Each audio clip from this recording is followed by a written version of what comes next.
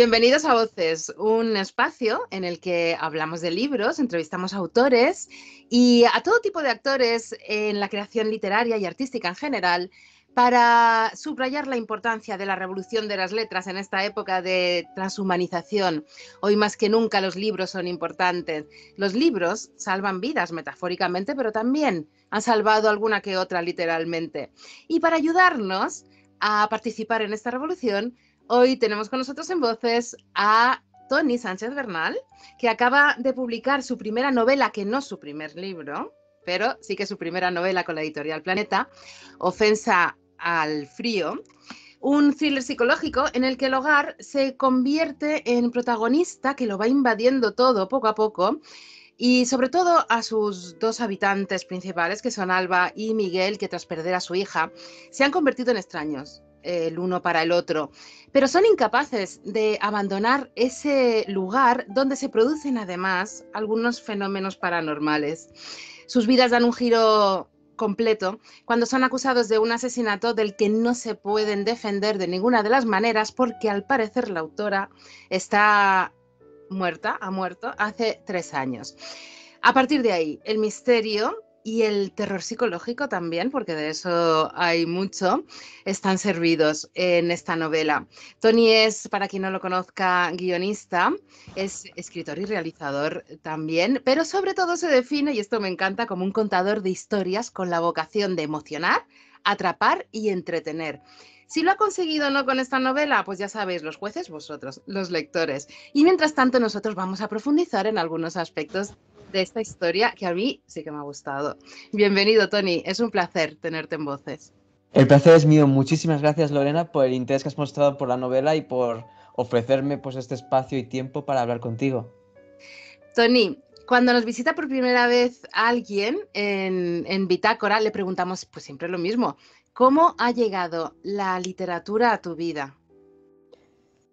Pues mira, esto me parece muy interesante porque siempre fui lector, eso es verdad, pero sin embargo fue hace unos años donde, por circunstancias X, me refugié en la literatura buscando el amparo que dan las religiones y lo encontré.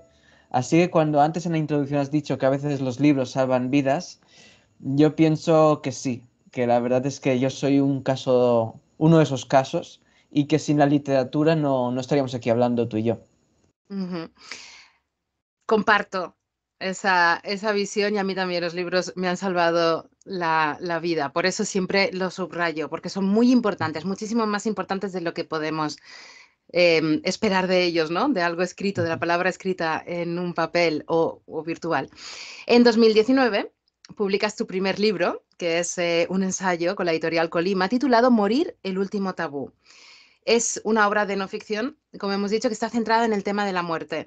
Me interesa mucho, sin entrar en aspectos personales que no quieras Ujú. desvelar, pero simplemente por qué la muerte, así como a mí, por ejemplo, a lo largo de mi vida me ha obsesionado el mal. Entonces yo me he acercado Ujú. mucho a la literatura del mal. ¿Por qué la muerte?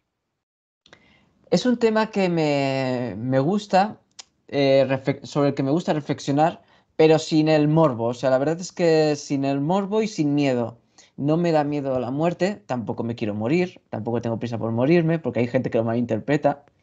Pero me parece un tema que es importante tenerlo presente. Y hay un ejercicio que realizo de vez en cuando, que esto no quiero que se malinterprete como algo morboso, pero de vez en cuando puede ser en una fila de una sala de espera o en el metro o tranquilamente aquí en casa trabajando. Me pregunto, ¿qué pasa si ahora mismo muero? O sea, si en ese mismo instante caigo fulminado, ¿no? Y entonces empiezas a pensar, ostras, pues es que esta mañana discutí con mi pareja y no le manda un WhatsApp en todo el día pensando que, bueno, ya por la noche, ¿no? Ya haremos las paces. O con mi padre hace meses que no hablo porque, bueno, ya en Navidades nos veremos y ya como si nada hubiese pasado. O, ostras, hace como 5 meses o 3 meses que no hablo con mi mejor amigo. Y entonces, sin embargo, hacerte consciente de que en cualquier momento te puedes ir, te hace vivir desde una posición un poco más en el instante presente, en el aquí y en el ahora, que aunque está muy de moda, poca gente creo que entiende lo que significa. Y entonces, por eso es un tema muy importante para mí, la verdad, la muerte. Desde mi perspectiva, muy lejos de ser morboso, me parece que es una reivindicación del momento vivere, ¿no? Como bien dices, Ujú, de vivir el momento y efectivamente, si ha habido una discusión a lo largo del día, pues a lo mejor relativizarla y acercarte a la otra persona porque nunca sabemos hasta dónde vamos a estar, al menos en este plano. claro. En Ofensa al Frío, que es un curioso título para un Ujú. thriller, ¿eh? Pero que ya va construyendo esa preatmósfera, digamos, ya nos introducimos, vas a pasar frío, pero frío tanto literal, físico, en algunas ocasiones, como ligado a la inquietud, a la incertidumbre, al miedo también. Pregunta nada original. ¿Qué es ofensa al frío? Porque me encanta oír cómo vosotros, de manera muy sucinta, quizá, pues cuenta, bueno, tú haz como quieras y si quieres estar 15 minutos hablándote de qué es ofensa al frío, este espacio es para esto, pero sois los padres, entonces, mm, ¿qué es ofensa al frío? Ofensa al frío es un thriller psicológico que habla de la familia, del hogar, de qué es un hogar, cómo construimos un hogar, también de relaciones familiares y románticas. Tiene una gran historia de amor, pero sobre todo es un thriller que lo que busca es emocionar y entretener. Ujú. Has utilizado varias perspectivas, conocemos a todos los personajes desde su interior, Ujú. lo que te da cierto poder, pero también incrementa el desasosiego, ¿no? El ver también, el intuir intenciones. Te has convertido un poco en Víctor Frankenstein de tu personaje. ¿Qué es lo que, de tus personajes y de la trama? ¿Qué es lo que has aprendido de este proceso de escritura y de tus personajes también?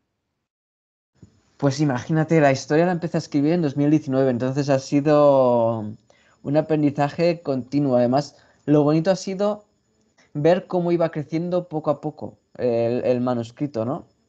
La primera versión, por ejemplo, un detalle, yo no era padre y sin embargo, cuando a final del 2021 fui padre, tuve que reescribir la novela porque me pude situar mejor en los zapatos de los dos protagonistas y vi que el desgarro de perder una hija era algo, lo peor que te puede pasar en la vida, ¿no? ¿Cómo continúas con tu día a día después de eso, ¿no? Como la inspectora Miranda Delgado, que tiene ahí su subtrama también, su backstory, con un hijo que desaparecido, que no sabe si está vivo o muerto o dónde está. Y también lo mismo, ¿no? Esa pregunta de decir, ¿cómo alguien puede sobrellevar el día a día, su vida cotidiana, con ese lastre, con ese trauma, con esa sensación de culpa y de dolor? Y eso me parecían preguntas muy potentes.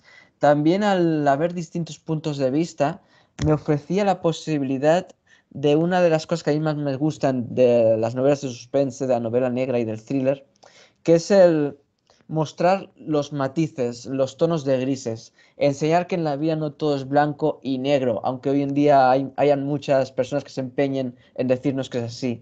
Y eso me daba esa posibilidad, ¿no? De ofrecer ese abanico de tantas sensaciones, emociones, de mostrar que no el mundo es bueno o malo, que todos tenemos muchas máscaras y muchos cócteles de emociones y muchos egos dentro y muchas personas dentro y, en fin, yo lo he disfrutado mucho, la verdad. También vemos parte de ti en ese frío como personaje, porque creo que eres bastante sensible al frío y que el frío ha tenido algo que ver a la hora de escribir esta novela y me siento muy identificada, te tengo que decir.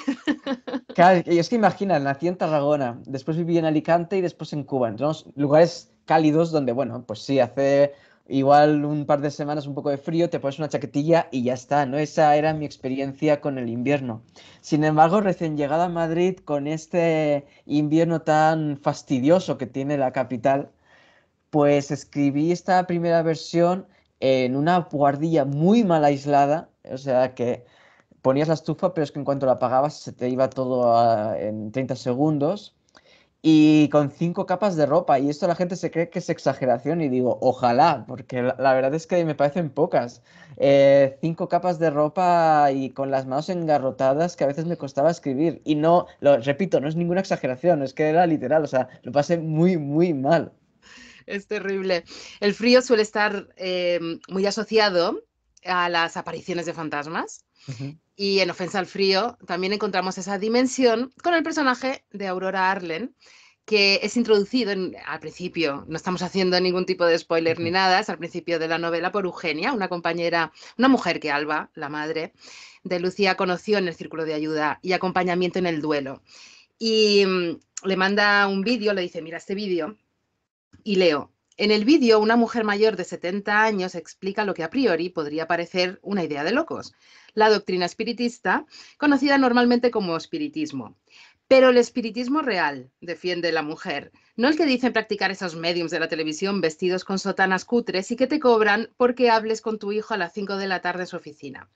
No, ella presenta la filosofía espiritual codificada por Allan Kardec en 1857 y que utiliza el don de la mediumnidad, que según ella todo el mundo tiene, para ayudar al prójimo, tanto a los vivos como a los desencarnados. Ah, y por supuesto gratuitamente.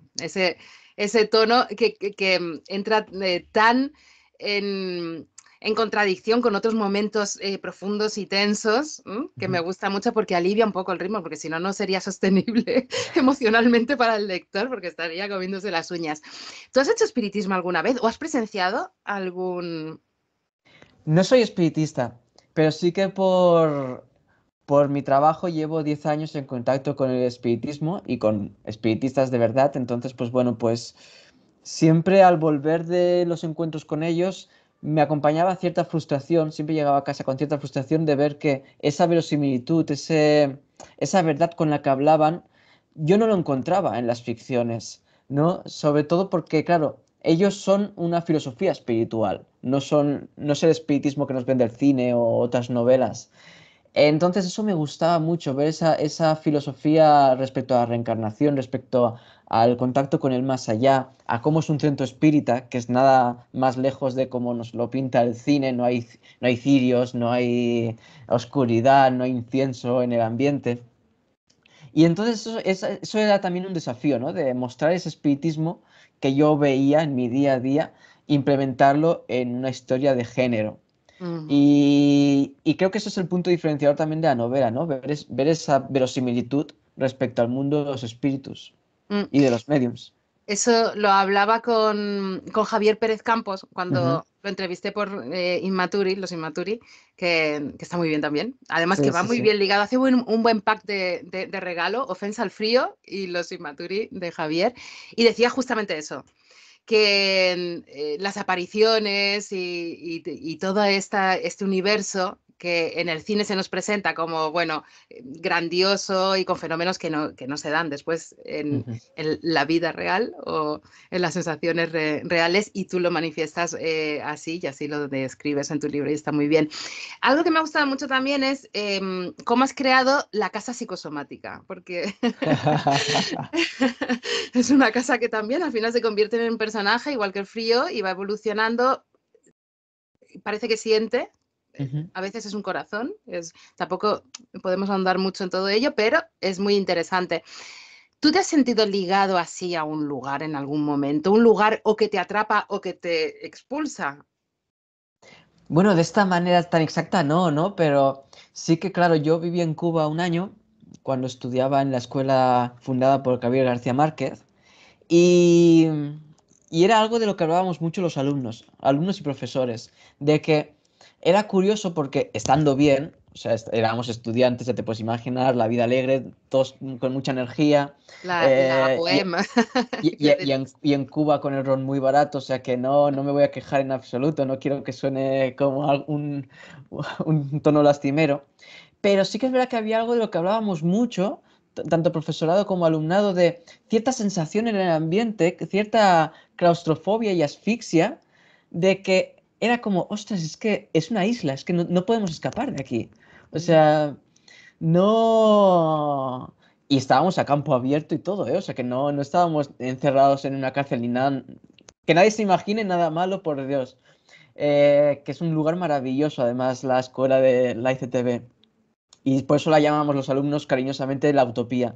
Pero aún así eso, había cierto ambiente y a veces recurríamos a cierta broma de que teníamos, a veces siempre había como un fin de semana oscuro en el que nos daban ganas de convertirnos en el humo negro de la serie de Lost para poder escapar, ¿no? Porque se percibía cierto ambiente, cierta claustrofobia de aquí no podría irme, porque a ti te pasa esto en España y es como, bueno, a malas, puedes coger la mochila, irte caminando, pues yo qué sé, y llegar a la estepa siberiana, ¿no? Sin embargo, en Cuba, esa cosa de estar en una isla Ujú. afecta psicológicamente.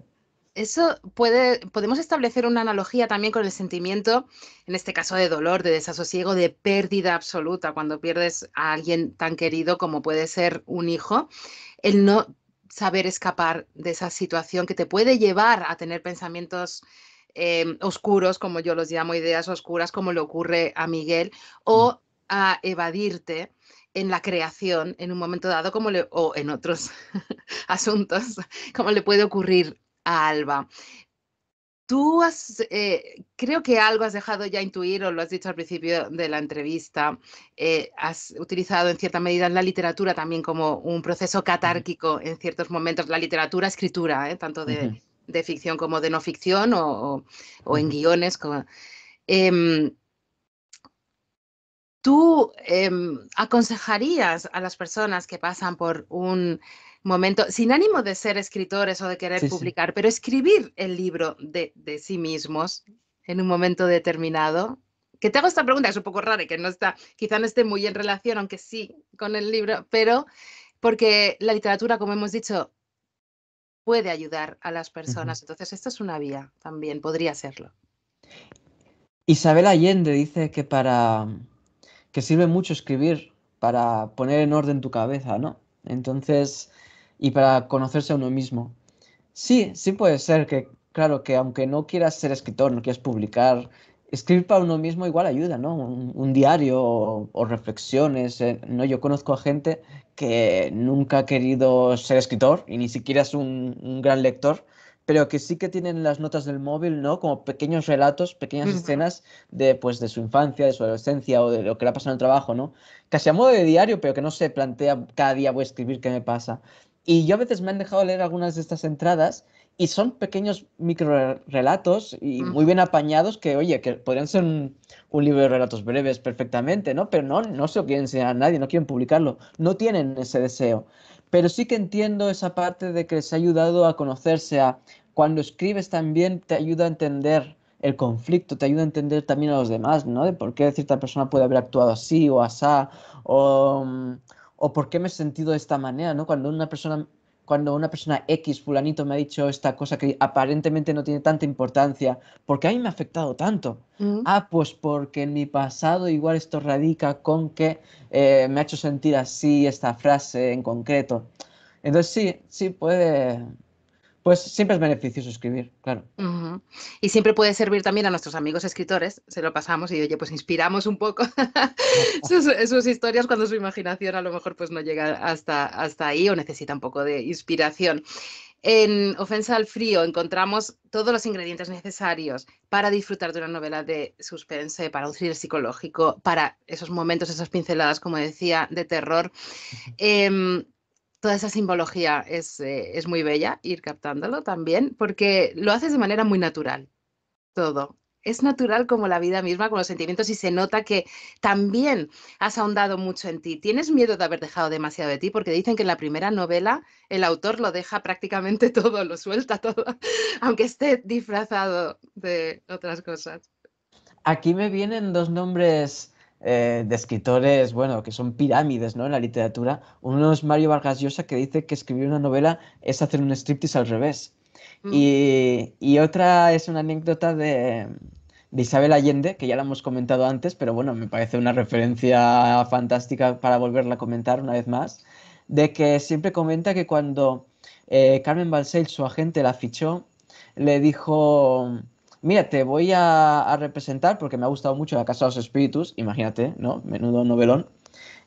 Pero que sepas que el escritor se prueba en la segunda novela, ¿no? Porque en la primera has estado muchos años, viertes muchas de tus experiencias, pensamientos, ¿no? Pasiones, y en la segunda se prueba. Entonces, bueno, sí que claro, esta al ser mi primera novela, es inevitable que hay mucho de mí, también de los de mi entorno, les he robado pues manías, pensamientos, algún diálogo ingenioso, Pero sí que me gusta decir, y creo que es cierto, de que no te estoy mintiendo cuando te aseguro que es mucha ficción. O sea, Mm, yo llevo año y medio trabajando en la segunda novela y siento que es igual de hijo mío que esta novela.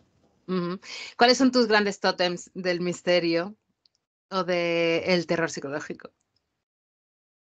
Pues, a ver, pues mira, me gusta mucho la dupla de Preston and Child. Mm, Son dos autores magníficos. No solo la saga de Pendergast, que sí, que sobre todo la primera y la segunda entrega de la serie que me parecen imprescindibles en mi biblioteca, sino también las que tienen independientes. Pero para mí, mis referencias a la hora de abordar Offensive Free han sido más policíacas. A mí, aquí te podría decir de muchos ejemplos, ¿no? Dolores Redondo, por ejemplo. ujú. Pero a mí me gusta decir mucho que tengo una madre y un padre literarios, que son Alicia Jiménez Barlet y Lorenzo Silva. Y yo digo que son mi madre y mi padre literarios porque es gracias a ellos que soy lector y ahora escritor. Mi estilo no casa con el de ellos, no se parece en nada, creo, pero aún así es gracias a sus libros que fui primero escritor, el lector, perdón, y ahora Mm. escritor. Entonces, por eso me gusta decir que son mi madre y mi padre. Eso es muy bonito, el hablar de madres y padres literarios. Es muy bonito. Hablemos de Miranda, que me gusta mucho. Es la inspectora de la UDEF y regresa en un momento determinado de una baja por lo que le ha ocurrido, ¿no?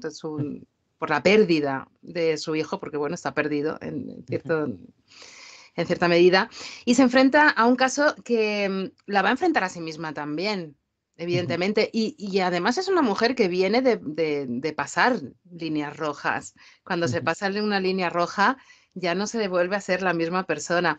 ¿Qué es lo que más te gusta de este personaje? Es mi personaje favorito. Es mi personaje favorito porque es un personaje que lo vi crecer solo.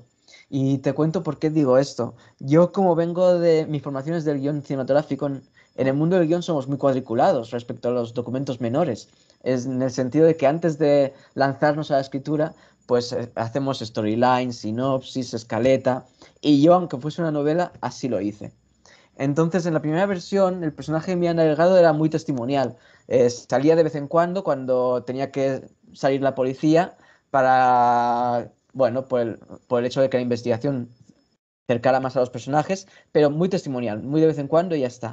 Sin embargo, hubo un momento, gracias a mi agente, a Justina, que vi que era ideal desarrollar más la trama policíaca y hubo un momento de flash de claro, tengo que incluir capítulos desde el punto de vista de la policía. Esa misma tarde, en pocos minutos, se me ocurrió enseguida todo el universo de Miranda Delgado. Y además, sus escenas las escribí de manera muy orgánica, muy libre. Y hoy en día, cuando reviso la novela, muchos de mis capítulos favoritos son los suyos. Mm. Entonces, por eso cuando ahora en las entrevistas se me pregunta por Miranda Delgado, yo siento una satisfacción de papá muy bonita, porque es como el personaje que escribí más libre, más desacomplejado, más bonito, y porque lo vi crecer, o sea, Mm. literalmente frente a mí. Es muy bonito. Qué interesante toda tu experiencia como guionista, cómo después, como escritor de ficción, la has integrado y la has hecho Mm. evolucionar, porque evidentemente es un proceso bastante diferente. ¿Cómo te sientes más cómodo como guionista o como escritor? O en ambos roles. Bueno, me gustan ambos medios, ¿no? Ambas cosas, ambos medios tienen sus pros y sus contras, ¿no? Porque, por ejemplo, en el mundo del guión, claro, es más fácil acotarse, autocensurarse, ¿no? En el sentido de que, claro, pues no puedes escribir escenas en según qué localizaciones, porque sabes que son inviables, o con muchos figurantes, o... Pero también tiene la parte bonita de decir, bueno, igual después este diálogo te lo recita, yo qué sé, un actor como Eduard Fernández Mm. y te eleva el conjunto a algo hasta los cielos. Claro, en la novela estás más indefenso, más solo, más desnudo, pero yo es algo que he disfrutado mucho y creo que a día de hoy me siento mucho más cómodo en la literatura. Mm. Y, y déjame que te diga de que una de las cosas, de las diferencias que la gente suele pensar, es que, bueno, el cine es un trabajo en equipo y la literatura no, ¿no? En la literatura estás tú solo y ya está. Sin embargo, una de las cosas más bonitas que me ha regalado este libro ha sido comprobar que no es así.